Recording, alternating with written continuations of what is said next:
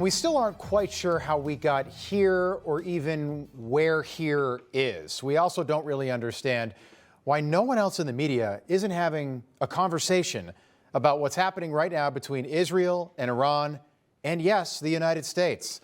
Donald Trump with a message to Iran today on Truth Social, just 2 words, unconditional surrender. And just moments before that, it was, we know exactly where the so-called supreme leader is hiding. He is an easy target, but he is safe there. We're not going to kill him, at least not now.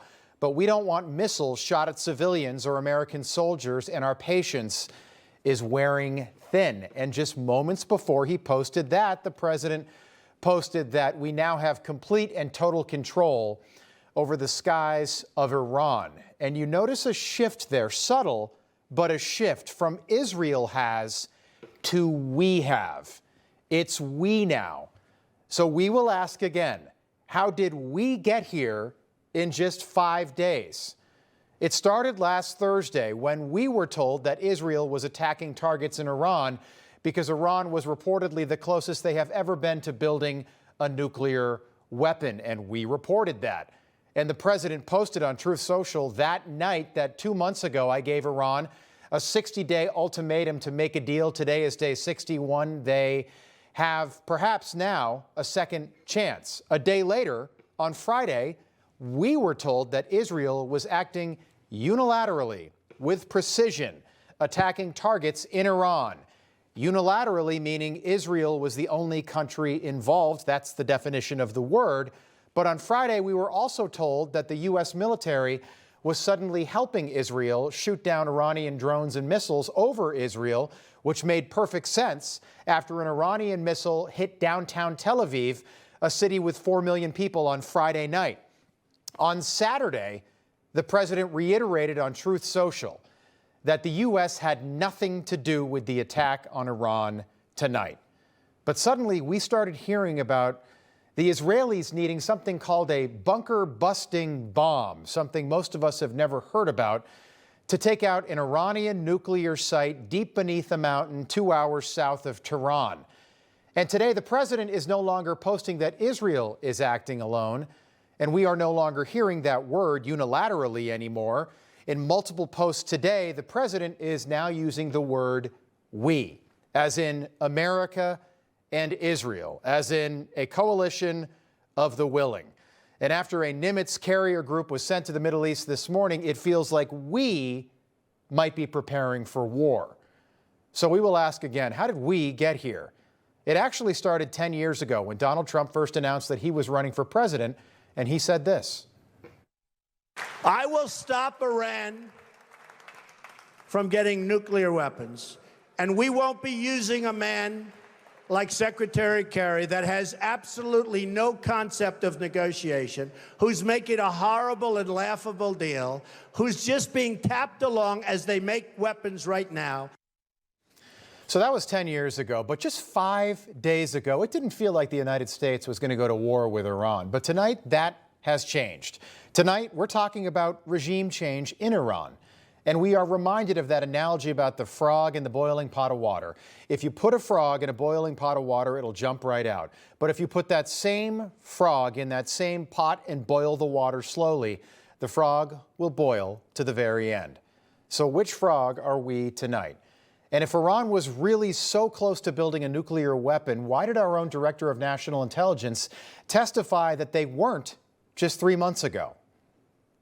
The IC continues to assess that Iran is not building a nuclear weapon, and Supreme Leader Khamenei has not authorized the nuclear weapons program that he suspended in 2003. We continue to monitor closely if Tehran decides to reauthorize its nuclear weapons program.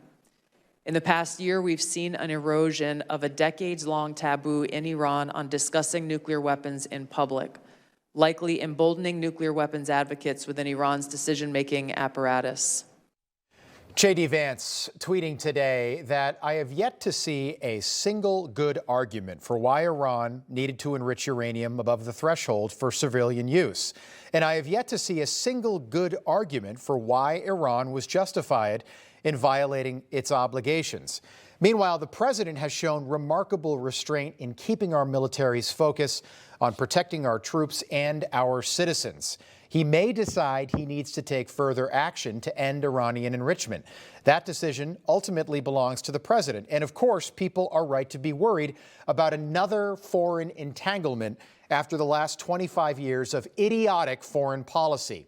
But I believe the president has earned some trust on this issue, and I can assure you that he is only interested in using the American military to accomplish the American people's goals. Whatever he does, that is his focus. That was J.D. Vance today. And when Donald Trump was a candidate, he made two promises to the American people. He promised that Iran would never get a nuclear weapon, and he promised to end those same idiotic foreign wars that J.D. Vance was just talking about, because clearly they have not worked for us in the past. Obviously, the war in Iraq was a big, fat mistake, all right? Now, you can take it any way you want, and it took Jeb Bush, if you remember at the beginning of his announcement, when he announced for president, took him 5 days. He went back. It was a mistake. It wasn't a mistake. Took him 5 days before his people told him what to say, and he ultimately said it was a mistake. Iran is taking over Iraq with the second largest oil reserves in the world. Obviously, it was a mistake. So George Bush made a mistake. We can make mistakes, but that one was a beauty. We should have never been in Iraq. We have destabilized the Middle East. And that was 10 years ago. He knew all along. Donald Trump's not going to make that same mistake. The war in Iraq lasted 11 years. 4,000 Americans died. The other part of the story that has seemingly developed out of nowhere over the last 5 days is this conversation about regime change in Iran. Somehow we went from Israel taking out nuclear sites to regime change, which the State Department tried to address unsuccessfully today. Would the U.S. government like to see regime change in Iran? First of all, I'm certainly not going to remotely address that. It would require me to speculate or speak on behalf of the president, which I will not do. All he wants is a peaceful world. His activity and the nature of the actions that the United States has taken and his special envoys have been rooted in one thing, which is negotiations, looking for diplomatic solutions to generational problems that he wants solved diplomatically. There has been nothing that has changed in what he wishes for, what he would hope to accomplish, and so, of course, that's not something I'm going to address. So not really an answer there, but we bring up the regime change piece of the story because the United States is terrible at regime change. But no one seems to want to talk about this, and no one seems to care who would take over for the Ayatollah if they took him out. Yet people like Lindsey Graham, who is still somehow a U.S. Senator from South Carolina, seem to forget Iraq and Syria and Afghanistan and Libya and Ukraine and Cuba. All failed U.S. attempts at regime change. So right now, Israel controls the skies over Iran, meaning a country with 9 million people the size of Connecticut currently controls the skies over a country with 90 million people, twice the size of Texas. And nothing I've said in any way means that we do not support Israel. But just like with Ukraine almost 4 years ago, when no one was talking about this stuff, these are the conversations that we should be having right now. And we are going to continue to ask these questions because somehow in 5 days, we went from our own Secretary of State claiming that Israel was acting unilaterally last Thursday to the Vice President telling us today that America could attack Iran directly. And given our recent history with war in the Middle East, we think it's worth asking these questions and talking about.